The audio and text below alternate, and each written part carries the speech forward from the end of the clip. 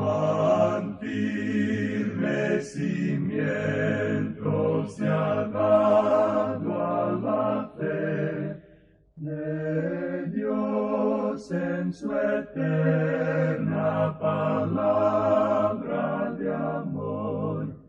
Con el propósito de compartir con usted las inmutables verdades de la palabra de Dios, presentamos A través de la Biblia, un estudio detallado y sistemático de toda la Biblia que le ayudará a conocer lo que Dios ha revelado para nuestro provecho espiritual.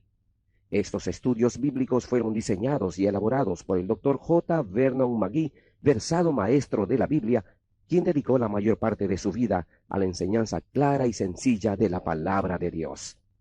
Acompáñenos, pues, mientras avanzamos en nuestro recorrido a través de la Biblia. Cuán firme cimiento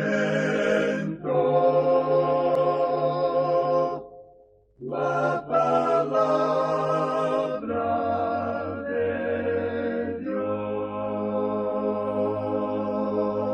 Es un gozo estar nuevamente con usted, amigo oyente, para traerle otro estudio de la serie A través de la Biblia.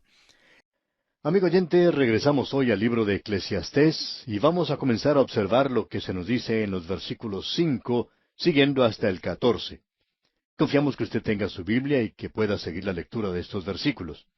Ya hemos explicado algo acerca del versículo 5, pero como este versículo está entrelazado con el versículo 6, lo queremos considerar con el versículo 6.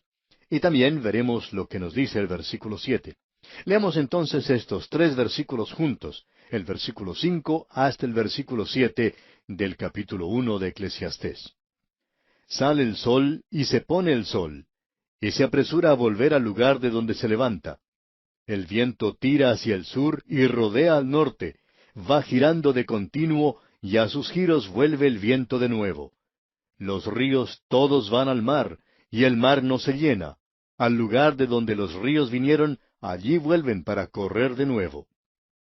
Aquí tenemos sin lugar a dudas unas de las declaraciones más sobresalientes de las Escrituras. Aquí se nos revela que Salomón hizo un estudio de la ciencia. Probablemente podríamos explicar esto mejor diciendo que él estudió las leyes de la naturaleza, y que él conocía bastante acerca de estas cosas. Es interesante notar que estas son cosas básicas en la actualidad en cuanto a lo relacionado a la ciencia.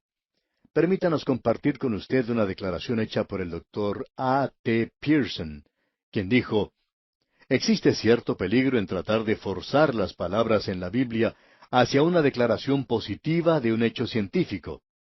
Son tan maravillosas las cosas que podemos apreciar aquí, pero es por cierto curioso el hecho de que Salomón usara un lenguaje totalmente consistente con los descubrimientos tales como la evaporación y el movimiento de las tormentas. Hasta existe algunos que han osado decir que la teoría de Redfield sobre las tormentas se indica aquí en una forma explícita. Sin tomar nosotros esta posición, podemos preguntarnos, ¿quién le enseñó a Salomón a usar estos términos tan prontamente acomodados a los hechos? ¿Quién le enseñó a él que el movimiento de los vientos, que parecen ser tan desordenados e inciertos, son gobernados por leyes tan positivas como aquellas que gobiernan el crecimiento de una planta, y que por medio de la evaporación, las aguas que caen sobre la tierra vuelven a elevarse en un proceso continuo, de tal manera que la mar nunca se llena? Hasta aquí la declaración del Dr. Pierson. Luego el Dr. Pierson habla acerca de lo que dice Eclesiastés capítulo 12, versículo 6. Él dice que esta es una descripción poética de la muerte. La cadena de plata describe la médula espinal. El cuenco de oro es la cavidad donde se encuentra el cerebro. El cántaro, los pulmones, y la rueda, el corazón. Sin pretender que Salomón fue inspirado a mencionar la circulación de la sangre 26 siglos antes de que lo hiciera Harvey, ¿no es notable que el lenguaje que utiliza describe exactamente los hechos? Tenemos en estos versículos ante nosotros tres declaraciones muy interesantes. Salomón nos dice que el sol sale y que luego se pone. Existe una monotonía en la naturaleza también, pero también tenemos aquello en lo cual podemos depender. Usted puede depender en que el sol saldrá, y usted puede contar en que el sol se pondrá. Esa es la terminología que nosotros utilizamos en el día de hoy y que se ha acomodado a todas las edades. Sin embargo, Estamos seguros que la mayoría de nosotros sabemos lo que en realidad ocurre cuando decimos que sale el sol y que se pone, que es en realidad producto de la rotación de la Tierra. Debemos decir que en lo que se refiere a nosotros, estamos plantados sobre una porción de la Tierra bastante sólida, y nos parece que el sol sale y que también se pone. No hay nada malo con eso. La declaración que tenemos ante nosotros es algo realmente sorprendente. Es decir, que tenemos aquí algo que se realiza en una forma precisa, regular, y que esto obedece a ciertas leyes. Ahora dice, el viento tira hacia el sur. En el día de hoy sabemos que el viento sigue sus normas.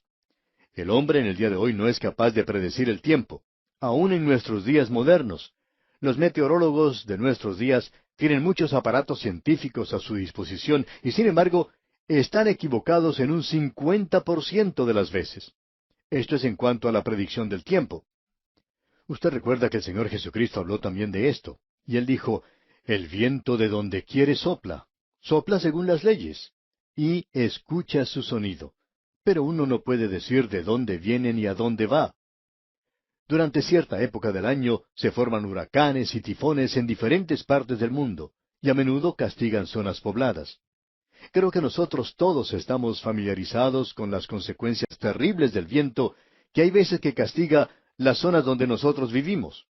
En muchos lugares se producen inundaciones terribles que causan la muerte a millares de personas. El viento sopla de donde quiere, o como dice Salomón, el viento tira hacia el sur y rodea al norte. En un lugar se está dirigiendo hacia el sur y en otro lugar se está dirigiendo hacia el norte. El viento obedece sus leyes y sopla. Ahora, ¿cómo sabía Salomón acerca de estas cosas?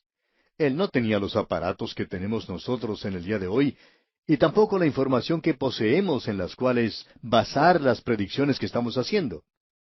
Salomón también se dio cuenta que los ríos se dirigían hacia el mar y que el mar no se llenaba.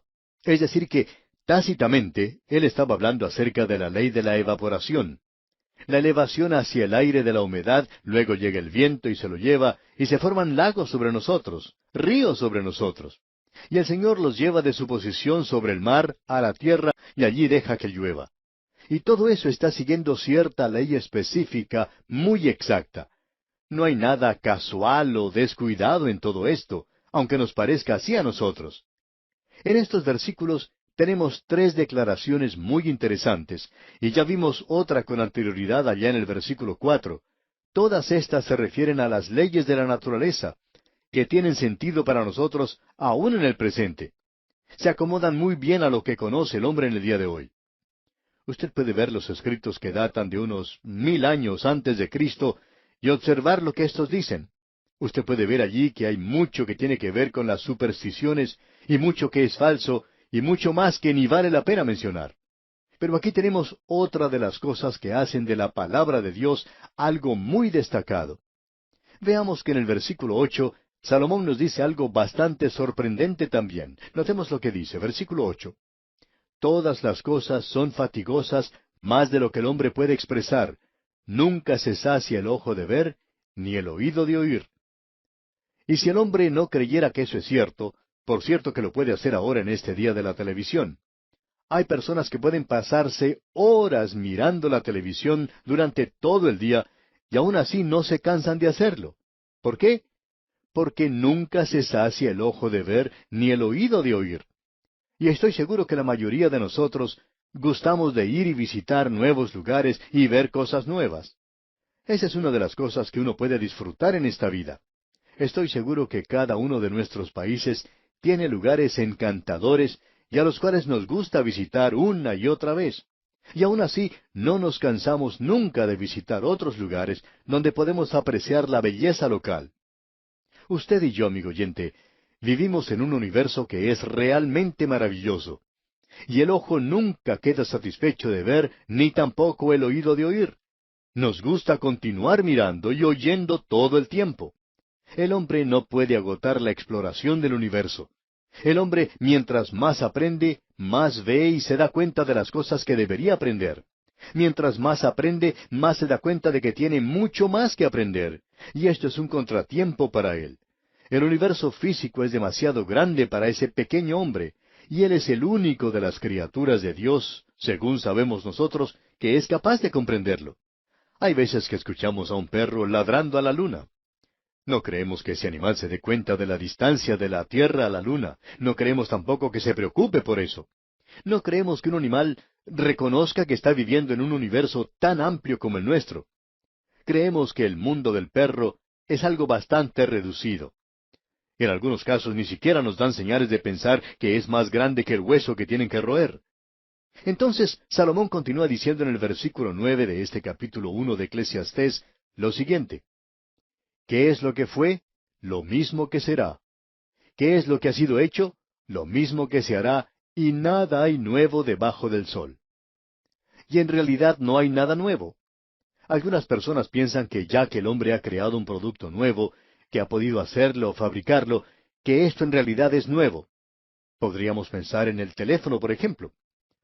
Hay quienes que quizá pueden recordar cuando esto era en realidad una novedad.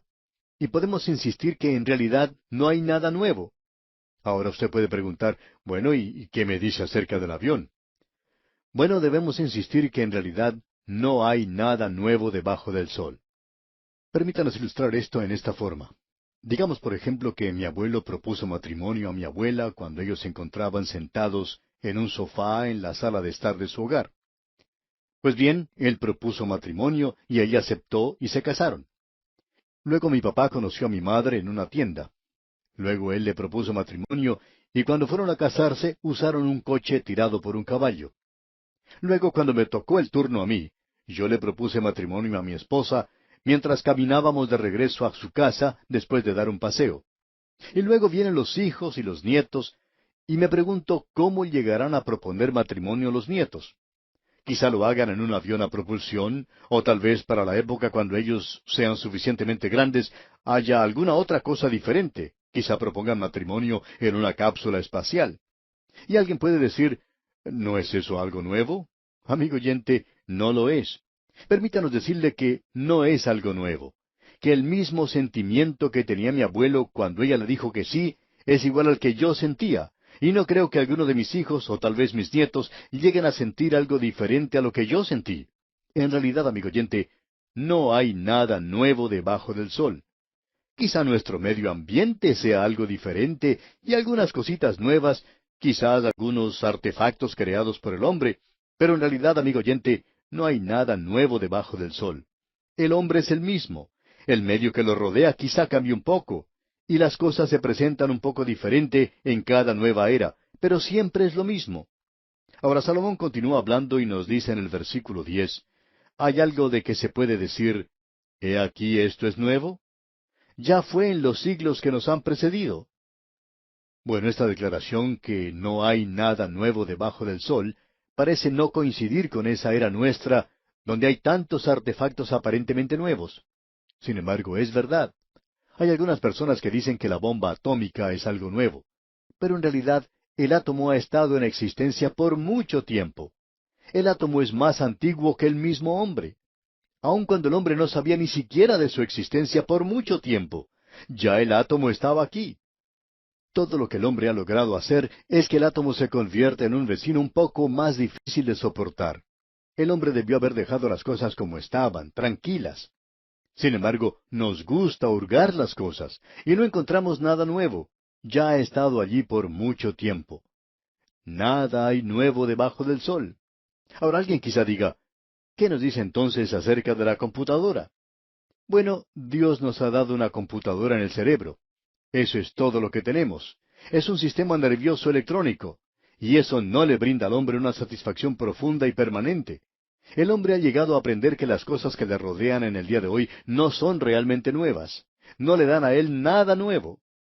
Pero olvidaba decir que sí, sí hay una cosa nueva, y nos referimos al nuevo nacimiento.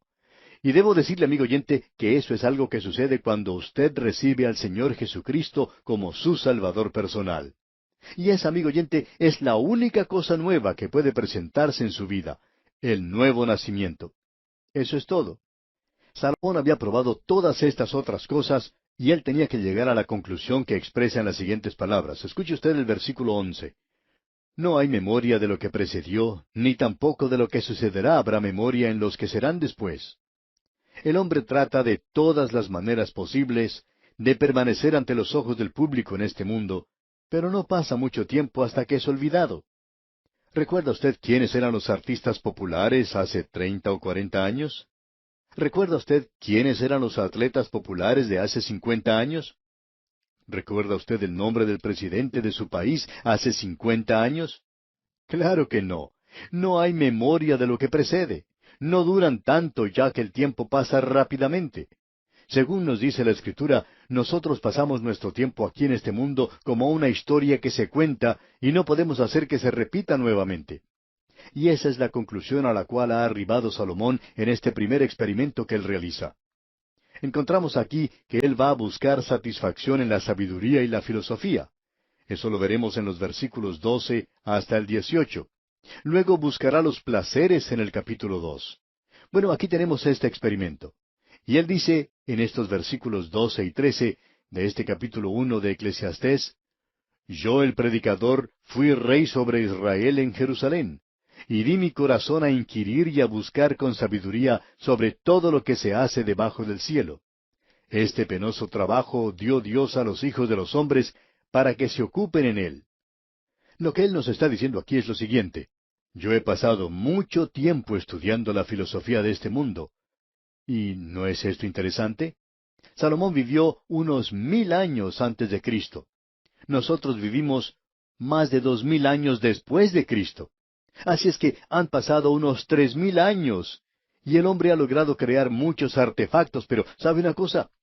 En realidad el hombre no conoce nada más acerca de la filosofía y la sabiduría de lo que sabía hace 3000 años. No se ha logrado ningún progreso en ese asunto de la sabiduría y la filosofía. Esas cosas no satisfacen de ninguna manera. Y él dice en el versículo 14 de este capítulo 1 de Eclesiastés: Miré todas las obras que se hacen debajo del sol, y he aquí, todo ello es vanidad y aflicción de espíritu. Salomón dice: usted gasta su tiempo en organizar este experimento, pasa su tiempo en estudiar temas, y no resulta nada sino simplemente una pérdida de tiempo. Como usted bien sabe, amigo oyente, estamos viviendo en los días cuando hay algunos que están tratando de decir que los métodos de educación del pasado eran nada más que una pérdida de tiempo. Y nos preguntamos si los del presente son buenos. Pensamos que también son una pérdida de tiempo. El hombre nunca puede llegar a conocer a Dios por medio de la sabiduría y la filosofía.